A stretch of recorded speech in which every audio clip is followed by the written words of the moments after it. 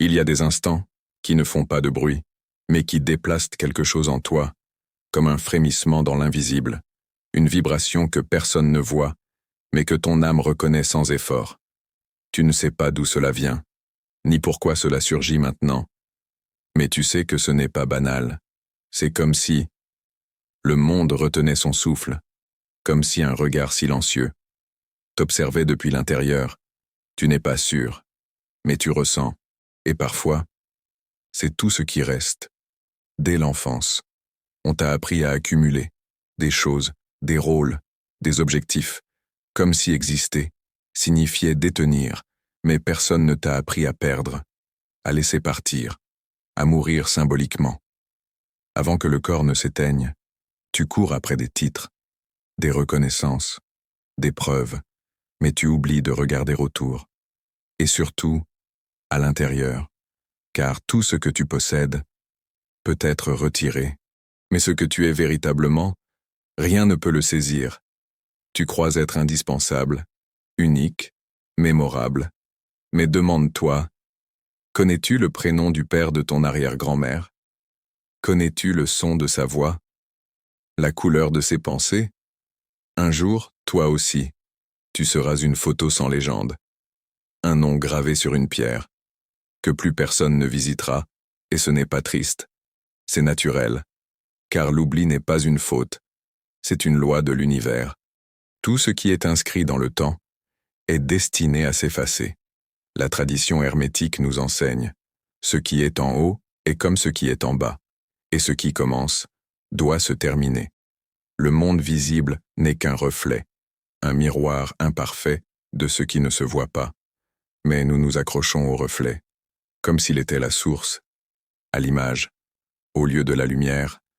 La Kabbale dit que ce monde-ci n'est qu'un voile posé sur la réalité. Et Carl Jung rappelait, celui qui regarde à l'extérieur rêve, celui qui regarde à l'intérieur s'éveille. Alors peut-être que le vrai chemin commence quand tu arrêtes de chercher ailleurs. Tu remplis ta maison, tu complètes ton CV, tu replies ton agenda, mais as-tu déjà habité ton propre silence, ce lieu sans mots, où le mental se tait, et l'essence s'exprime sans bruit, là où tu ne fais rien, mais où tu es pleinement? Ce n'est pas un lieu à atteindre, c'est un lieu à retrouver.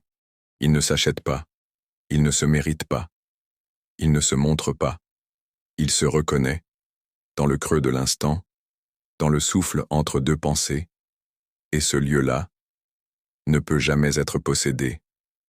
Tu es fatigué, mais pas de ton corps, pas de tes tâches, pas même de ton sommeil. C'est une fatigue plus profonde, plus ancienne, comme si ton âme portait quelque chose, qu'elle ne peut plus expliquer.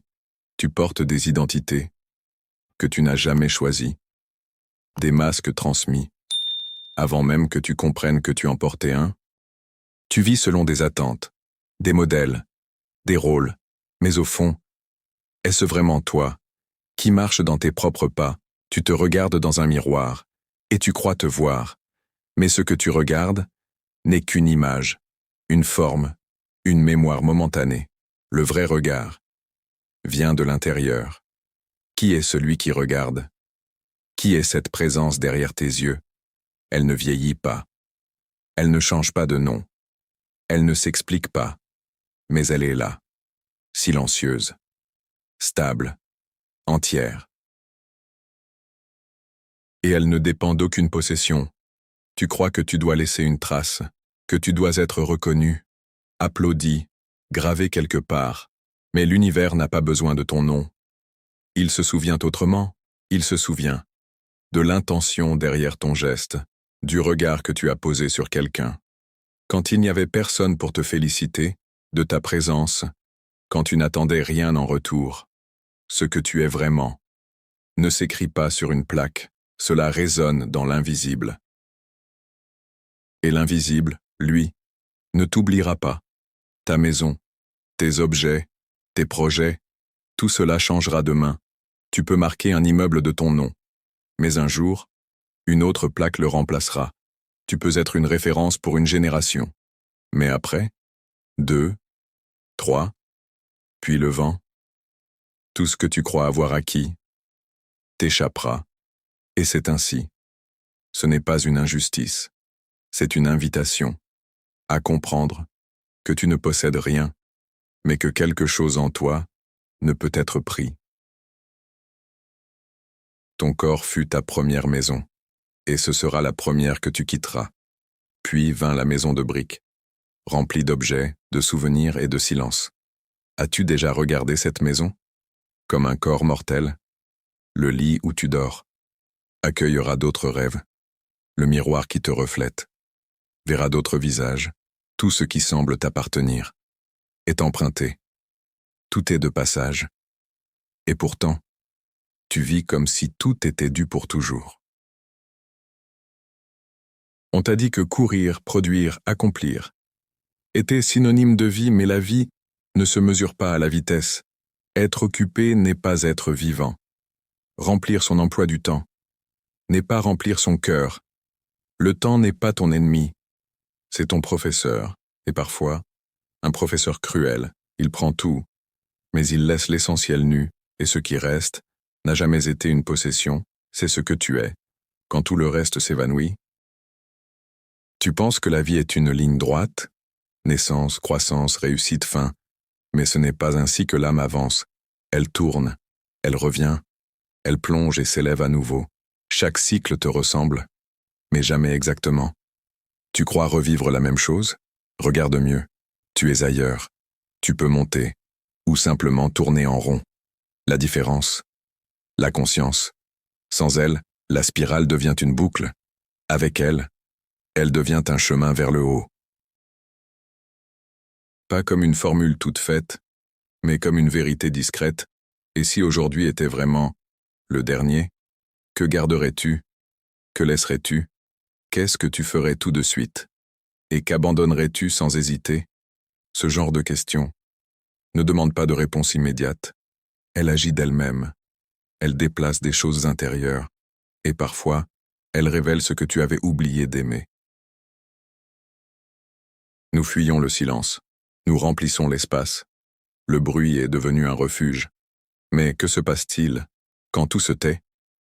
Tu rencontres ce que tu évitais, toi, pas celui que tu montres, pas celui que tu penses être, mais l'être nu, avant les mots, avant les rôles, et cette rencontre peut d'abord déranger, puis apaiser, car tu découvres que rien ne manquait, que tu étais déjà là, entier, en silence.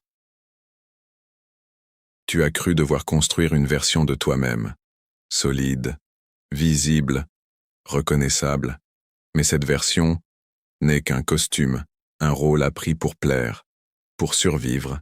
À un moment donné, tu en ressens le poids, et peu à peu, il glisse de tes épaules, pas avec violence, mais comme une feuille sèche, qui se détache d'elle-même. Alors tu retrouves une légèreté que tu ne soupçonnais plus. Il y a une lumière en toi, qui ne dépend d'aucune condition. Elle ne vient pas de ce que tu as fait, ni de ce que tu as compris. Elle était là. Avant même que tu sois un nom, elle ne s'allume pas. Elle ne s'éteint pas. Elle attend. Elle ne brille pas pour attirer. Elle éclaire sans faire de bruit. Et quand tout ce que tu croyais être s'écroule, elle reste, pas comme une récompense, mais comme la seule chose, qui n'a jamais été séparée de toi. La mort n'est pas l'opposé de la vie. Elle en est le reflet. Elle nous rappelle que rien ne peut être retenu, ni les objets, ni les titres, ni les illusions, mais aussi qu'il existe quelque chose, que la mort ne touche pas ce que tu es. Quand tu aimes sans attendre, quand tu regardes sans juger, quand tu es présent sans vouloir capturer, cela ne meurt pas, parce que cela ne dépend pas du temps. Quand tout s'en va, que reste-t-il? Pas tes réussites, pas tes possessions, pas même ton histoire. Ce qui reste n'a pas de nom, pas de forme, pas de frontières. C'est une présence nue, un silence stable, une vérité sans décor. Et dans cet espace, il n'y a plus rien à devenir, juste à être. Et cela suffit. Cela a toujours suffi. Ferme les yeux un instant, pas pour dormir, mais pour écouter. Il existe un silence qui n'arrive pas après le bruit. Il est toujours là, derrière tout le reste. Tu ne peux pas le forcer, tu ne peux pas le nommer, mais tu peux le reconnaître. C'est l'espace, entre deux pensées, entre deux battements de cœur, entre deux illusions.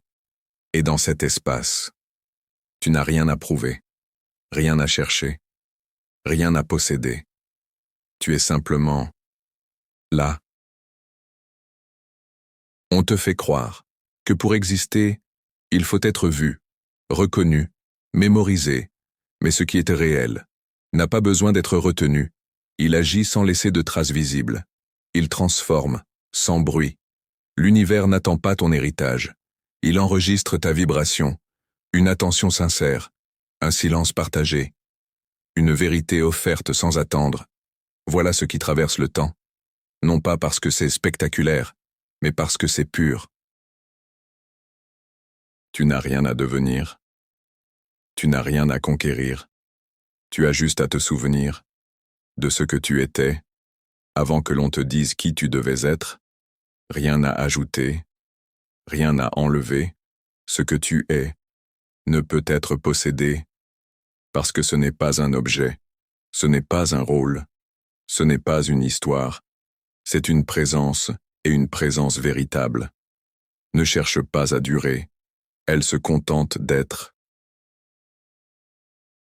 Un jour ton nom sera oublié, tes photos seront effacées, tes mots perdront leur accent, et ce ne sera pas une tragédie, ce sera la vie, car ce qui peut être effacé n'est pas ce que tu es, et ce que tu es, vraiment, ne se garde pas, ne se montre pas, ne se vend pas, cela se vit, cela se ressent, et parfois, cela se reconnaît chez un autre, en silence.